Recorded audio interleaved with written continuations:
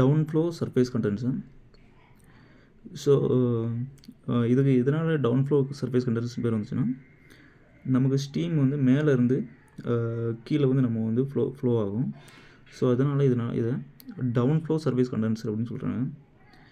So இந்த down flow surface கண்டென்சரோட principal என்ன? So இதில் பஃபல் பிளேட் எதுக்காக யூஸ் பண்ணுறாங்க? ஸோ இதில் பார்த்தீங்கன்னா வாட்டர் வந்து கீழே கொடுத்துருப்பாங்க, அவுட் ஆகுது, மேலே வந்து அவுட் ஆகுது. ஸோ இதோட ரீசன் என்ன? ஸோ இந்த மாதிரி டெக்னிக்களும் இதோட பிரின்சிபலும் பார்க்கலாம். ஸோ இதோட பிரின்சிபல் பார்த்தாச்சுன்னா நமக்கு ஸ்டீம் பார்த்திங்கன்னா நமக்கு வந்து டியூப்பில் உள்ள கொடுக்குறோம், ஸ்டீம் கொடுக்குறோம். அதே நேரத்தில் வாட்டர் வந்து அவுட் சைடு ஃபுல்லாகவே வாட்டராக இருக்கும்.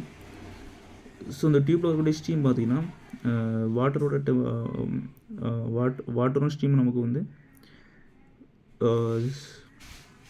ஸ்டீம் வாட்டரோடைய டெம்பரேச்சர் பார்த்திங்கன்னா கம்மியாக இருக்கும், ஸ்டீம் அதிகமாக இருக்கும். ஸோ இந்த வாட்டரும் ஸ்டீமும் டச் ஆகும்போது ஸ்டீமோட டெம்பரேச்சர் கம்மியாகி ஃபைனல் ஸ்டேஜில் நமக்கு வந்து ஹாட் வாட்டர் நமக்கு வந்து கண்டென்சேட் வந்து அவுட் ஆகுது.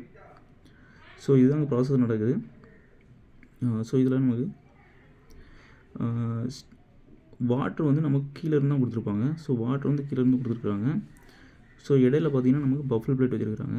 ஸோ இந்த பஃபல் பிளேட் வச்சுருக்கிறதுனால வாட்டர் அப்படியே வந்த ஸ்பீடில் அப்படியே நமக்கு வெளியே போகாது. அந்த டியூப்புக்கு நமக்கு இடையில இருக்க கேப்லோடி வந்து அப்படியே வெளியே போகுது. ஸோ இதனால் நமக்கு ஸ்டீம் பைப்பும் வாட்டரும் டச் ஆகக்கூடிய அதிக பாசிபிலிட்டி அதிகமாக இருக்கும். ஸோ இதனால் நமக்கு பஃபல் பிளேட் வச்சுருக்காங்க.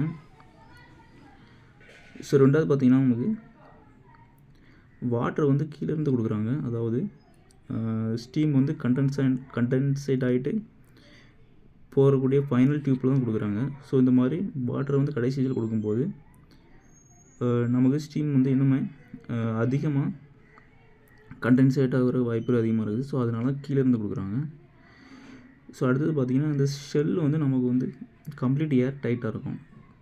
ஸோ இந்த மாதிரி ஏர் டைட்டாக இருக்கிறதுனால ஷெல்லோட இன்சைடில் வேகம் வந்து அதிகமாக இருக்கும், ப்ரெஷர் வந்து லோவாக தான் இருக்கும்.